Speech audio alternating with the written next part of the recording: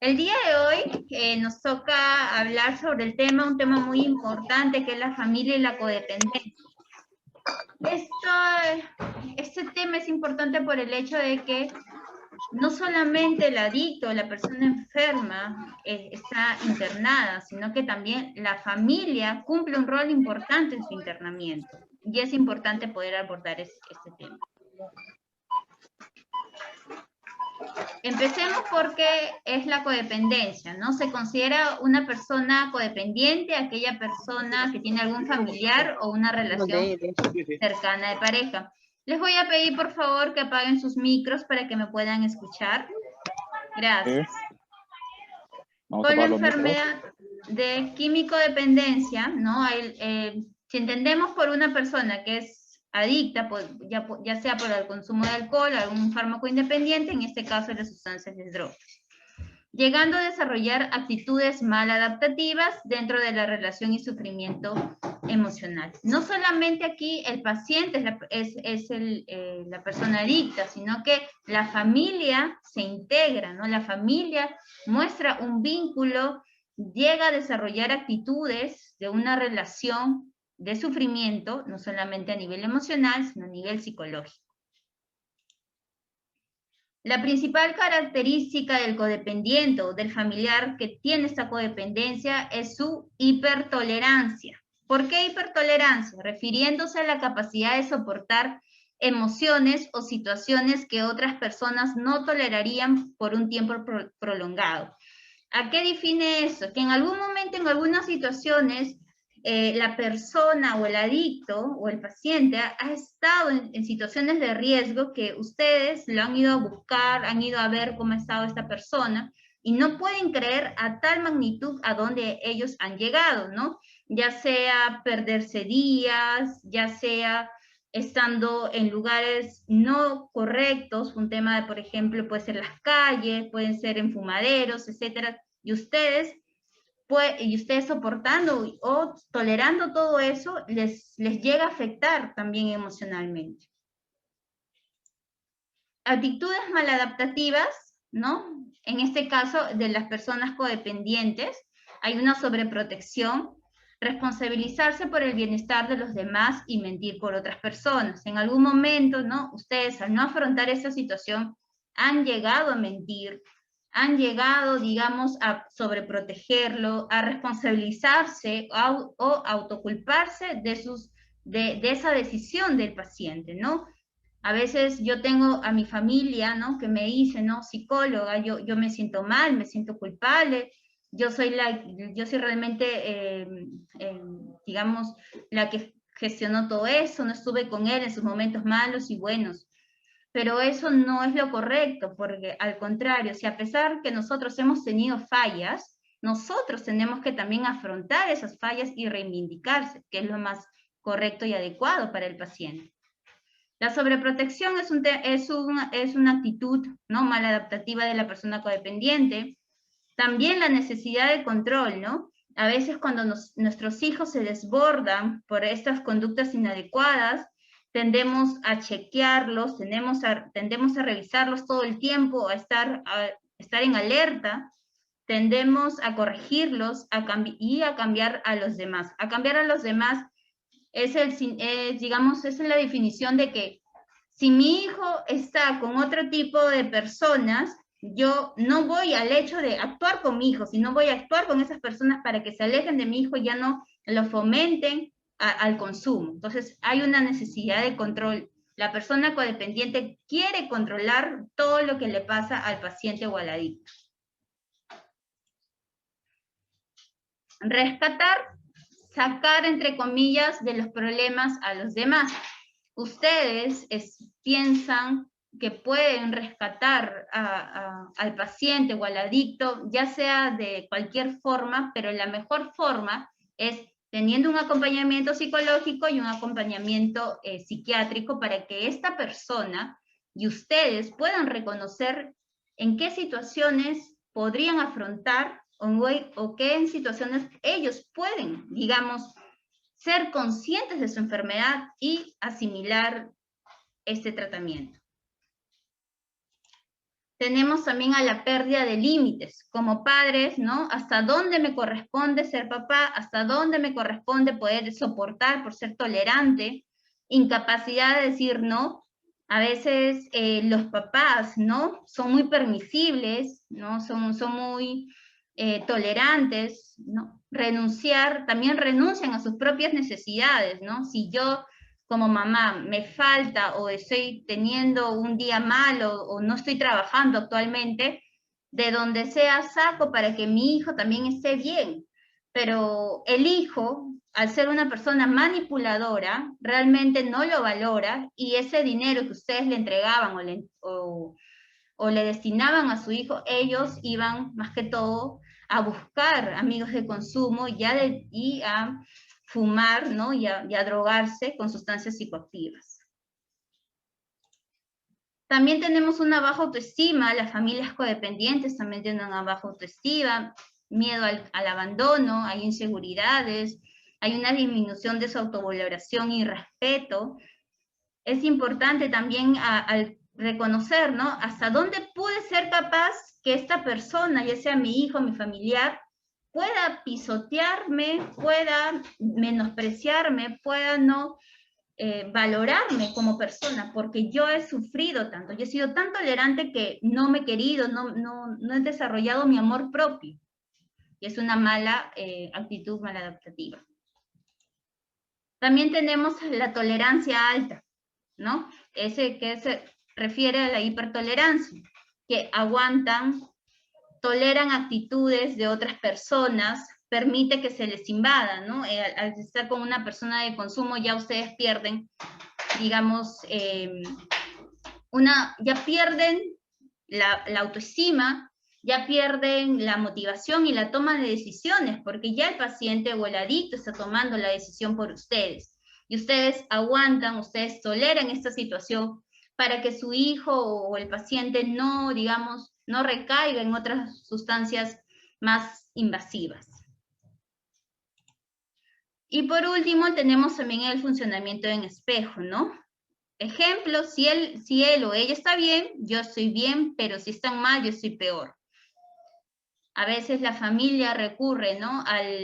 Digamos, a la situación de que, bueno, yo voy a estar tranquila, no va a pasar nada, yo lo voy a controlar, yo voy a estar bien para que mi hijo también esté bien, pero a la larga no estamos desarrollando una autoestima adecuada. ¿Por qué? Porque si yo sé y yo soy consciente de que tengo un paciente o una persona adicta, yo también me tengo que curar porque puedo volver a caer en su manipulación.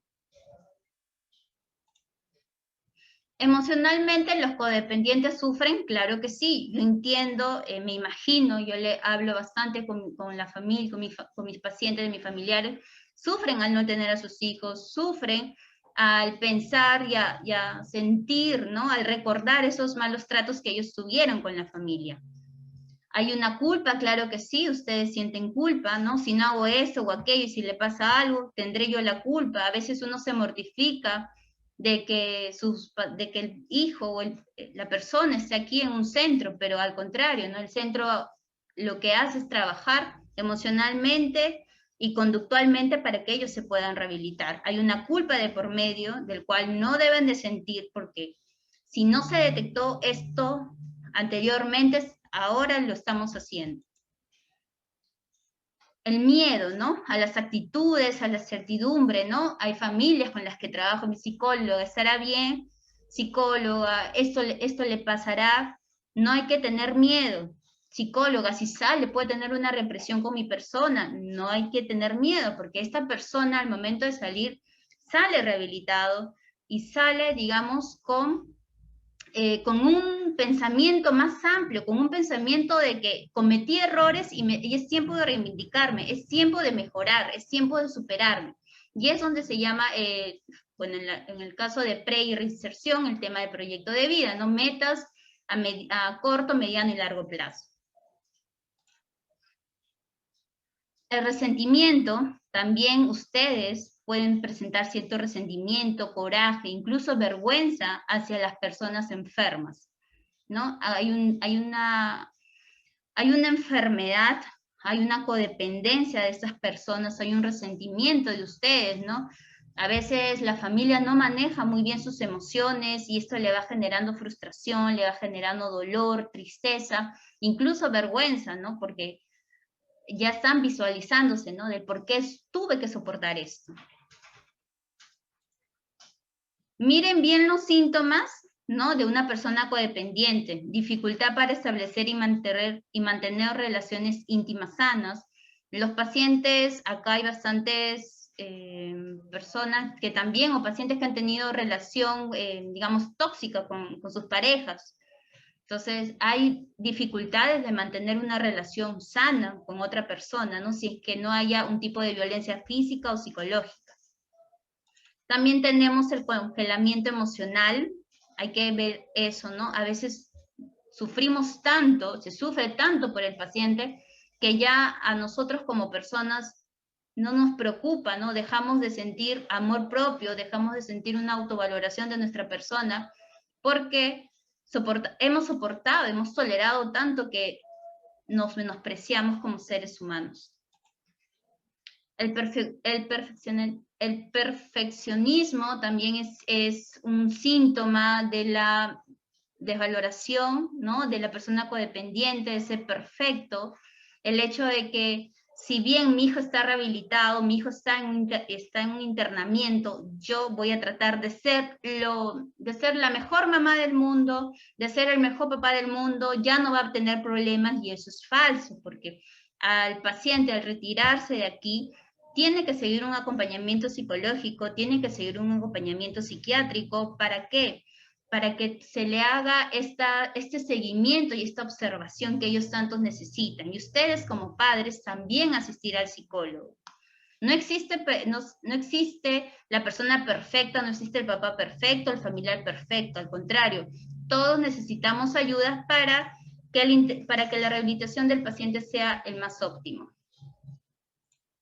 Tenemos también la necesidad obsesiva de controlar la conducta de otros. Esto es lo que voy, ¿no? A veces estamos en este problema y echamos la culpa a los demás. Es que, por ejemplo, en mi caso, ¿no? Psicóloga, lo que pasa es que mi hijo no tiene la culpa. Tiene la culpa su amigo que lo incitó, su amigo que lo provocó, sus amigos que le hicieron presión de grupo para que él consuma. Y no es así, ¿no? Entonces, en este punto, no podemos controlar, ya les indiqué, la conducta de los demás. Tenemos que asumir nuestras propias conductas y comportamientos para poder reivindicarnos con el paciente. También tenemos conductas compulsivas, ¿no? O conductas muy impulsivas. A veces cuando estamos con un paciente o con una persona enferma, nosotros no medimos nuestras palabras y no medimos nuestra conducta. Podemos ser violentos, podemos presentar jaloneos, podemos presentar humillaciones, podemos presentar algún tipo de violencia psicológica y física, ¿no? Más que todo en estas conductas compulsivas son físicas, ¿no? Hay papás que se han ido hasta los golpes con sus hijos, ¿no? Por un tema de que ya no podían verlo más en ese estado, que han actuado impulsivamente, los han golpeado, los han menospreciado. Entonces, eso también es parte de uno de los síntomas de las personas codependientes. También sentirse responsable por las conductas de otros. No hay que sentirnos culpables ni responsables por las conductas de los demás, sino es el momento de cambiar eso para positivo. Y hay profundos sentimientos de incapacidad. A veces la familia no siente que no puede estar con una persona así, siente el temor de que, a pesar de que cuando su hijo salga, vuelva a recaer. Hay unos sentimientos de culpa, como les vuelvo a mencionar, ¿no? A veces nadie nace sabiendo ser papá, pero sí es importante autoeducarse, buscar autoconocimientos, buscar autoinformación para poder lidiar con ciertas actitudes del paciente enfermo. Los síntomas anteriores se presentan primero en la relación enferma que se produce en la tensión, pero luego se transfiere a las demás relaciones del codependiente. Por eso le digo, ¿no? A veces el paciente está con el familiar o está con el papá o en la mamá. Ahí, en esa dinámica familiar, hay una dinámica tóxica, hay una dinámica de tensión, hay una dinámica de manipulación, hay una dinámica de sobrevaloración, ¿no? De capaz querer proteger al hijo. Entonces, eso se transfiere a una relación codependiente, porque la mamá ya no puede estar, tanto sus emociones y sus pensamientos y su actitud está proyectado en qué va a ser esta persona adicta, ¿no? ¿Qué va a ser mi hijo si yo no estoy en este lado? ¿Qué va a ser mi hijo si me lo llevan a este lado? Entonces, eso genera una, digamos, un desgaste emocional y un desgaste mental. También es importante digamos, valorar la disfunción familiar, ¿no? Las relaciones familiares y la comunicación se van haciendo cada vez más disfuncionales, ¿no? Acá, por ejemplo, no hay normas, no hay reglas, no acatamos, digamos, lo que dicen los papás, la conducta es inadecuada, hay una facilitación, ¿no? La conducta codependiente, en este caso de los padres, es una respuesta enferma al proceso adictivo, pero además se convierte en un factor clave en la evolución de la adicción. ¿Por qué una respuesta enferma? Porque ustedes ya no están pensando en lo que va a ser bien para su hijo, sino ustedes van a estar pensando que si no le doy esto a mi hijo se va a molestar, mi hijo va a reaccionar mal y se va a escapar, se va a ir a consumir. Entonces trato yo de poder tranquilizarlo, trato yo de poder darle una respuesta o una información correcta para que mi hijo no se exalte o para que esta persona no llegue a sufrir o situaciones de riesgos lamentables, ¿no? Y en este caso, todo este proceso de respuesta enferma del proceso adictivo se vuelve un factor clave en la evolución de la adicción, porque ya el paciente está manipulando. Dirá, ¿no? Ya mi mamá ya sabe mi mamá que si no me da este dinero, voy a consumir, me iré, me escaparé.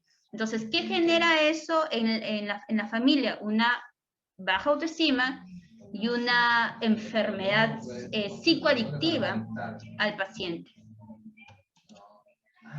Recuperación de la codependencia. Hay que recuperarnos, hay que ser fuertes, tenemos que salir de esta enfermedad, porque no solamente son la enfermedad del paciente, sino la enfermedad de ustedes también, ¿no? Al estar tolerando muchas situaciones negativas. Así como la adicción es una enfermedad tratable, la codependencia también lo es, claro que sí. El tratamiento de la codependencia puede consistir en una mezcla de psicoterapia, por eso es importante que ustedes vayan a una terapia psicológica, y asistencias de grupos de autoayuda, hasta sesiones estructuradas de terapia familiar. Aquí los psicólogos manejamos lo que es la terapia mixta, ya en algunos colegas ya habrán tenido la terapia mixta con el paciente. No solamente nos encargamos del paciente, también nos encargamos de la familia, velamos para brindarle herramientas y estrategias de cómo superar esta adicción a la familia y sobre todo explicarle que no hay que caer en la manipulación, explicarle que es la enfermedad y sobre todo mencionarle que el adicto es una persona que necesita una recuperación progresiva, una recuperación a largo plazo. No se va a recuperar solamente en 16 meses, sino también va a necesitar una contención externa. Y ustedes, ¿no? Ir a terapia y asistir a terapias de grupo o grupos de autoayuda y sobre todo, ¿no? Apoyarse en su psicólogo aquí para que le brinden las herramientas que ustedes necesitan. La recuperación de la familia, ¿no? La familia también se beneficia de un adecuado tratamiento de recuperación. Es también posible desde una terapia familiar hasta grupos de autoayuda están disponibles como herramientas de recuperación. La familia es un factor importante porque en la familia hay una comprensión, hay una intervención, hay un manejo clínico de las adicciones, por lo que es necesario que involucren el tratamiento como la recuperación de los procesos adictivos, ¿no?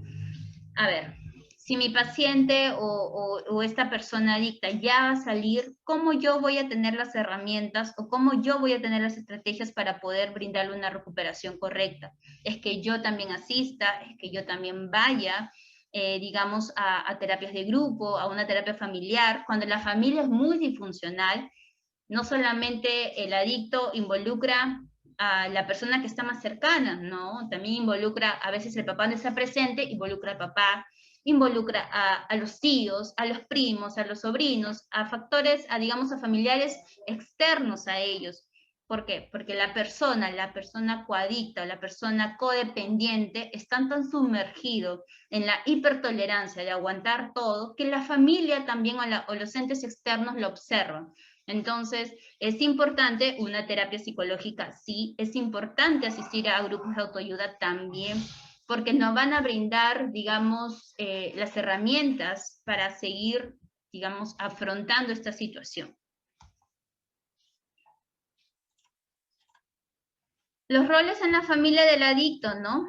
Con todo el impacto que la adicción genera sobre la dinámica familiar, como ya les había explicado, los miembros de esta familia van enfermando también progresivamente. Muchas veces eso se traduce en una inversión de gran cantidad de tiempo y energía en la actuación de roles familiares disfuncionales, ¿no? Cuyo objetivo es el proveer la familia un mecanismo de defensa para disminuir la ansiedad y temor, a dar la sensación de que algo está haciendo bien, ¿no? Para resolver el problema de la adicción. Como le expliqué, es importante en este caso que ustedes sean firmes, ya no más tolerancia, ya no más manipulación, que la familia cumpla un periodo, digamos, de duelo, porque ahorita algunos familiares están en terapia de duelo por el hecho de no tener a la persona a su lado, ¿no? Al adicto o al enfermo a su lado. Entonces, esto le va generando una depresión, les va generando una tristeza recurrente, les va generando estos conflictos emocionales que antes no tenían, por el hecho de que ya no están sometidas al adicto.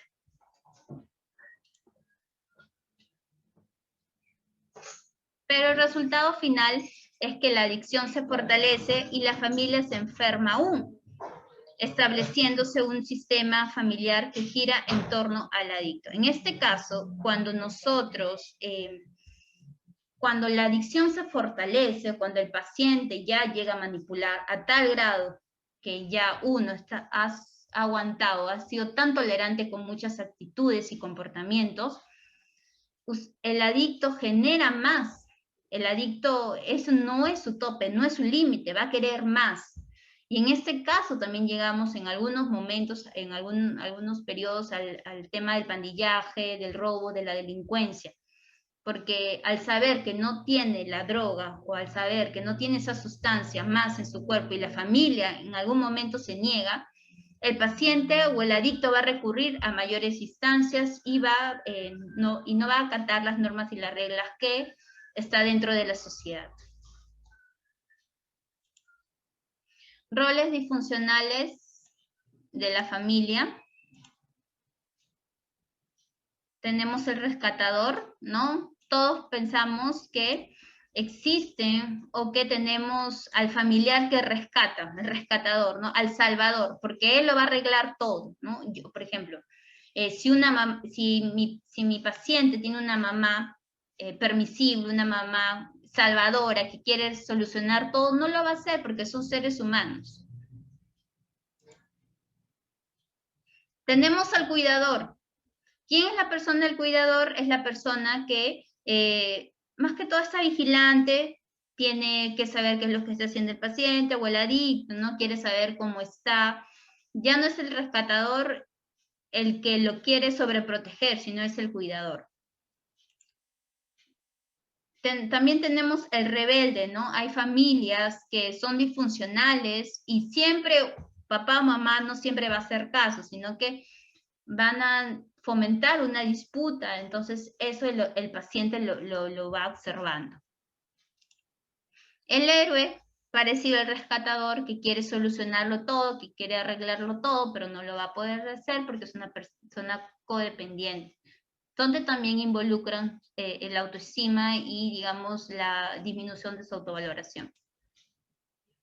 Tenemos al recriminador. Siempre en la familia hay una persona que dice, ya ves, te lo dije, ¿por qué no hiciste caso? ¿Por qué has esperado tanto?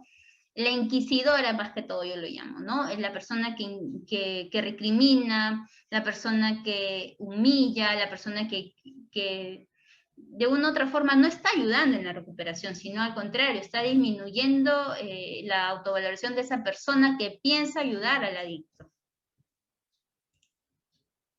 El desentendido, también hay familias desentendidas, padres o madres, digamos, en este caso, ¿no?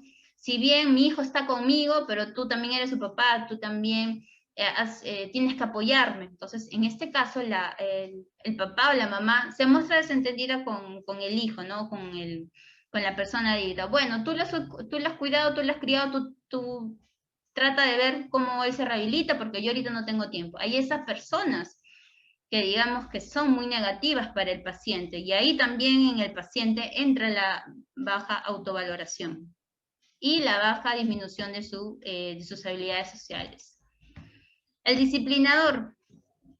Hay este familiar o esta persona que dice, no te preocupes, yo lo voy a arreglar todo con disciplina. Arma su cronograma de horario, arma todo lo que va a hacer con el paciente, pero no va a ser la persona que lo pueda rehabilitar. Ninguna de estas personas lo rehabilita la persona profesional en salud, en este caso el psiquiatra, en este caso los psicólogos y todo el personal de salud que se amerita en estos casos. Tipos de consumo, también tenemos tipos de consumo. El experimental, hay que reconocer, ¿no? Cómo mi hijo, cómo el paciente entró al tema de las drogas, cómo se involucró en esto por un tipo experimental, digamos, que lo hizo una sola vez, que quiso experimentar, que quiso probar, ¿no? Y que quiso también, digamos, saber qué es lo que pasaría si yo llego a consumir esta droga. El ocasional, que se encontró con el amigo le dijo, ya vamos a consumir, y él, como no tenía nada que hacer, se fueron a consumir. Y tenemos al habitual, ¿no? A la persona que recurrentemente está en consumo. Ya el abusivo, ¿no? No solamente entra una, dos drogas, la mayoría empieza con alcohol o marihuana, y luego progresivamente va haciendo un uso abusivo de estas sustancias, ya sea cocaína, marihuana, cocaína, heroína, crack, pasta, y en algunas ocasiones lo mezclan las conocidas mezclas como el mixto o el bembos, ¿no? Pasta con cocaína y marihuana con cocaína también. El consumo experimental, contacto inicial con una o varias sustancias.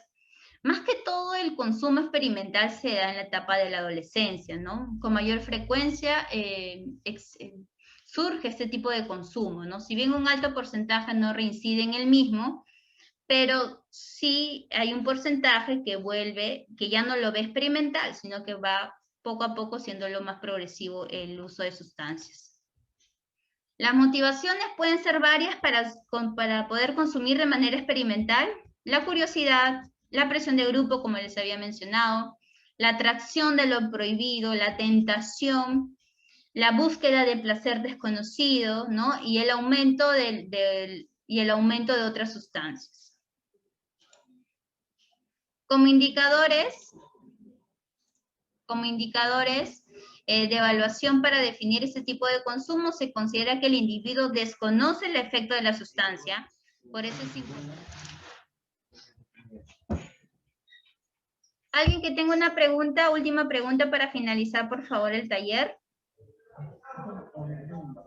Perdona que te vuelvo a preguntar. ¿Qué tiempo tiene que tomar mi hijo para que realmente se sienta seguro por sí mismo o tenga esta propia conducta, la superación de su propia conducta?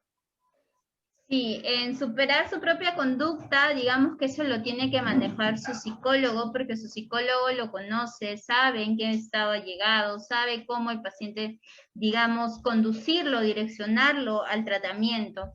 Este tema, sí, en temas de, digamos, de las terapias, lo manejan con sus psicólogos.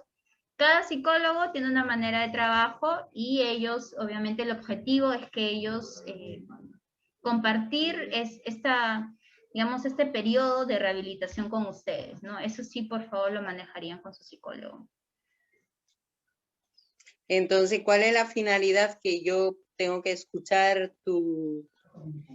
Sí, porque yo les estoy reunión, dando la información de cómo es una persona coadicta, ¿no? Cómo esta persona también, no solo la familia, el paciente se enferma, sino también la familia, ¿no? El detrás de esta familia, ¿no? Para superar, digamos, una adicción, dependiendo de los años de consumo, dependiendo de cómo la familia lo está abordando, si la familia está siendo fuerte, si la familia no está cayendo en la manipulación. Disculpe, con respecto a la pregunta también, sí, la pregunta que estaba haciendo, o sea, yo sé que es muy personal y que cada psicólogo va a ver el resultado y todo. Lo único que yo quiero es, en términos general, o sea, es normal que una persona tenga ese ímpetu para la entrada al centro y que quiera demostrar que ya yo voy a cambiar, y después cuando se dé cuenta que las cosas están de verdad y que ya la mamá está como que no voy a volver a caer en tu manipulación, ahí comience a sacar su verdadero yo. Eso es lo que quiero. Yo creo que si el paciente ha llegado con ese ímpetu, con esa motivación, puede ser también tomado como un caparazón. Digamos, ¿para qué? Para que sus emociones personales no se desborden y pueda estar encapsulado en esta burbuja para afrontar. Por ese lado se podría decir que el paciente, claro, usted ya no va a caer en la manipulación, usted ya no va a caer en sus llantos, porque ya lo ha hecho anteriormente. En este caso, lo que sí está haciendo el paciente, su hijo, es que, ok, me encapsulo, trato de poder estar en esta burbuja. ¿Para qué? Para que no me trate de afectar. Es una forma, es un mecanismo de defensa que él utiliza para poder sobrellevar esta situación y este internamiento. Una caparazón en todo caso. Así es una caparazón. Y esta caparazón, ojo, no quiere decir que no le duele, ¿no? No quiere decir que no se siente mal. Al contrario, porque tengo miedo, tengo temor, armo mi burbuja, armo mi caparazón, y es la única forma de poder afrontar. Lo que él tiene que hacer, en este caso, comunicar a su psicóloga, y la psicóloga o el psicólogo va a trabajar, ¿no? Más que todo en el tema de la confianza, en el tema de los vínculos afectivos, como que pasó con la familia, en los vínculos emocionales. Entonces, es importante, claro que sí es importante que él pueda romper esta burbuja y pueda abrirse, pueda comunicarse, pueda expresar. Y ahí es donde el psicólogo va a ahondar más en el tema y en estas carencias psicoafectivas.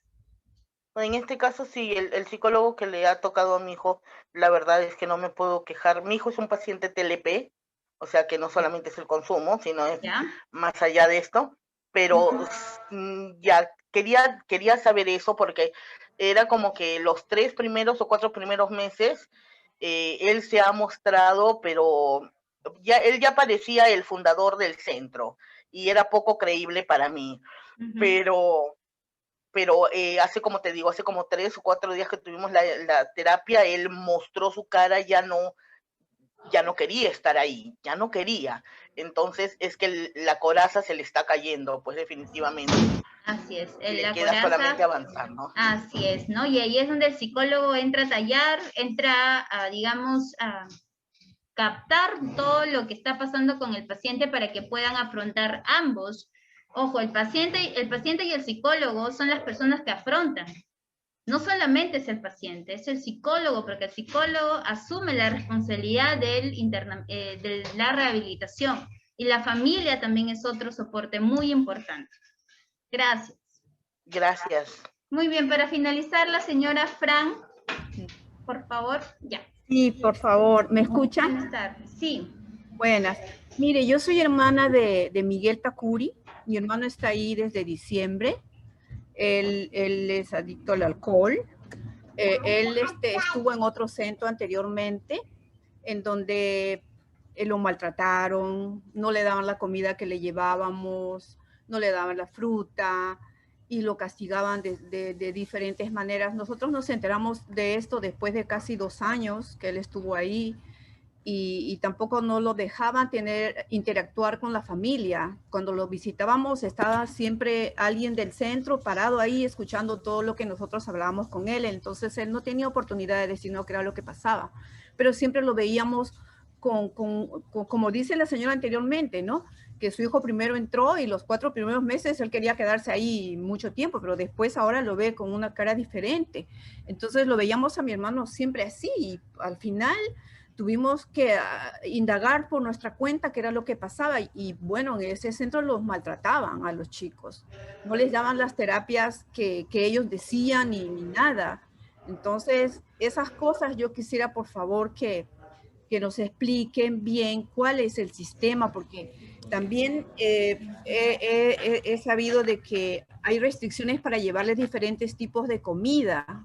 La vez pasada nosotros le mandamos un pollo a la brasa y no lo dejaron de entrar porque dijeron que la psicóloga tenía que autorizar esas cosas. Entonces, si es que ustedes manejan a sus internos con ciertas restricciones de castigo, le castigan en la comida, o cómo es que ustedes manejan esa situación, porque yo no vivo en Perú, pero yo estoy en el extranjero y en el lugar donde yo vivo, yo he asistido a terapias, a un centro donde es también para alcohólicos y nos dan terapias tanto a los internos como a la familia.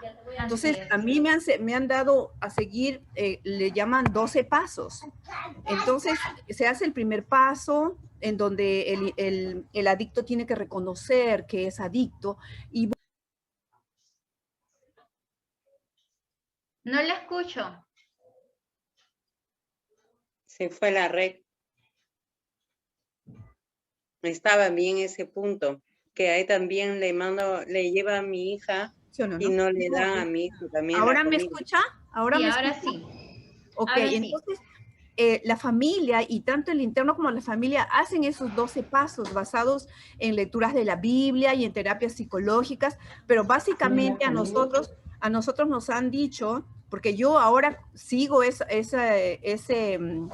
centro vía Facebook, porque ya por la pandemia no se puede ir directamente al local, pero tenemos terapias todos los días de 5 de la tarde a 8 de la noche vía Facebook, en donde nos hablan, nos orientan cómo tratar a nuestros dependientes, porque nosotros como familia somos codependientes de ellos y también nos ayudan a curar nuestra codependencia. Pero lo principal que a nosotros nos dicen aquí, los que manejan ese centro, es que al adicto no se le maltrata, al adicto se le da cariño, se le da amor, se le escucha sus problemas, sus dolencias psicológicas, afectivas, ¿no? Entonces, de esa manera se ayuda a curarlo psicológicamente y después entra la otra curación. Entonces, yo quiero saber por qué razón no permiten que uno le lleve un pollo a la brasa. Bueno, yo lo voy a explicar desde mi punto de vista. Okay. El paciente Tacuri es un paciente que yo lo tengo en el grupo máster. Sí, estamos trabajando con él en el tema cognitivo, en el tema de atención, en el tema de ejecución, de percepción, de memoria, aprendizaje. Es un paciente con mucha predisposición al cambio, eso sí, se reconoce. Pero en el tema de la comida, como le vuelvo a decir, le voy a decir de mi punto de vista cómo yo lo manejo, ¿no? El tema de la comida, claro, ¿no? Dependiendo de cuáles son las actitudes del paciente en la predisposición al cambio, ¿no? En mi caso, la comida se da a partir de otras etapas, porque se les refuerza de esa manera positiva porque sabe el paciente que está superando y que está manejando sus emociones de manera correcta y adecuada. Entonces, yo brindo lo que son comidas a partir de la etapa de operadores. ¿Por qué desde la etapa? Porque ya son pacientes que tienen conciencia de enfermedad, ya son pacientes que... ¡Ay, se cortó! No, sí le escucho, yo sí le escucho. Yo sí le escucho. Ya, son pacientes que tienen conciencia de enfermedad, que han pasado por un síndrome de abstinencia, pero el psicólogo, para poder reforzar eso, tenemos que tener criterio, porque yo, mi paciente que tiene malas conductas, no hace las actividades de psicología o tiene, digamos, ciertas dificultades en aprendizaje, trato yo de no recompensarlo de esa forma, porque él tiene que recapacitar, él tiene que repensar qué es lo que hice bien, qué es lo que hice mal. Pero como le vuelvo a decir, es cada criterio de cada psicólogo. Desde mi profesionalismo, desde mis pacientes, es de la etapa de operadores hacia arriba. Porque ya no manipulan, porque ya hay una conciencia de enfermedad, porque ya sus pensamientos de negativos cambiaron a positivos, pero aún les cuesta. Entonces, es así como se fomenta y se refuerza estos incentivos que se les da. Miguel Takuri, como le vuelvo a decir, es un paciente con mucha predisposición de cambio, es un paciente que siempre me está apoyando a nivel personal de mis terapias de grupo, siempre es el codelegado del grupo máster, y sí, ¿no? En este caso, aún desde mi punto de vista profesional, aún le falta un poco manejar sus emociones. ¿Es impulsivo? A veces, porque yo lo he observado. Claro. ¿Es un poco demandante? Claro que sí, yo lo he observado. Entonces, creo yo que el criterio de la profesional, que es mi colega, es un criterio correcto. Por algo será que no se le da eso. Entonces, la familia, por eso le digo, si hemos sido tan tolerantes, con un paciente adicto, no caigamos en este tipo de permisión, porque al ser permisibles, estamos atentos a las demandas del paciente. Entonces, yo creo que la colega hace un buen trabajo y sobre todo, usted tendría no hay queja de eso, solo era mi consulta. Sí, y usted tendría que conversar con ella de manera personal y ella le va a dar los puntos de vista. Desde mi punto de vista profesional, se les da el reforzamiento a partir de operadores hacia arriba. Y yo sé a quién se lo doy. Y también, digamos que la familia es un soporte muy importante en esta etapa de reinserción. Ese es mi punto de vista. Sí, sí. Bueno, nosotras, las hermanas, estamos fuera y nosotras, la única forma de ver a mi hermano es cuando lo van a visitar mis hermanos que están en Perú y pueden hacernos una videollamada. Por favor, si pudieran permitirles que le hagan una videollamada para por lo menos ver a mi hermano cómo está, decirle, hola, estamos aquí, somos tus hermanas, te estamos apoyando. Claro, todos los pacientes tienen sus extras, todos los pacientes hacen sus esquelas, todos los pacientes tienen sus alimentos. No es por un hecho de no hay que magnificar por el hecho de que si no se le da apoyo a la brasa, es un mal centro. Al contrario, ¿no? Aquí no se ejerce ni violencia. No. Yo pregunté solamente, no es que he dicho que es un mal centro, por algo nosotros lo sacamos del otro lugar y lo llevamos donde ustedes. Hay de todo tipo de centros, así es. Un centro. Claro, no, confiamos en que ustedes tienen un centro capacitado y lo hemos visto por todo el establecimiento que tienen, ¿no? Y pues los profesionales que los están apoyando a ellos. Muchas gracias. Bueno, muchas gracias. Muy buenas tardes con todos. Ha sido un gusto poder conversar. Soy la psicóloga Catherine Moscoso. Ya saludos a algunos padres de familia que los tengo a mi cargo y no duden que aquí el centro tiene esa predisposición de brindarles toda la información transparente y sobre todo la información que ustedes necesitan. Muchas gracias. Muy buenas tardes. Gracias. Hasta luego.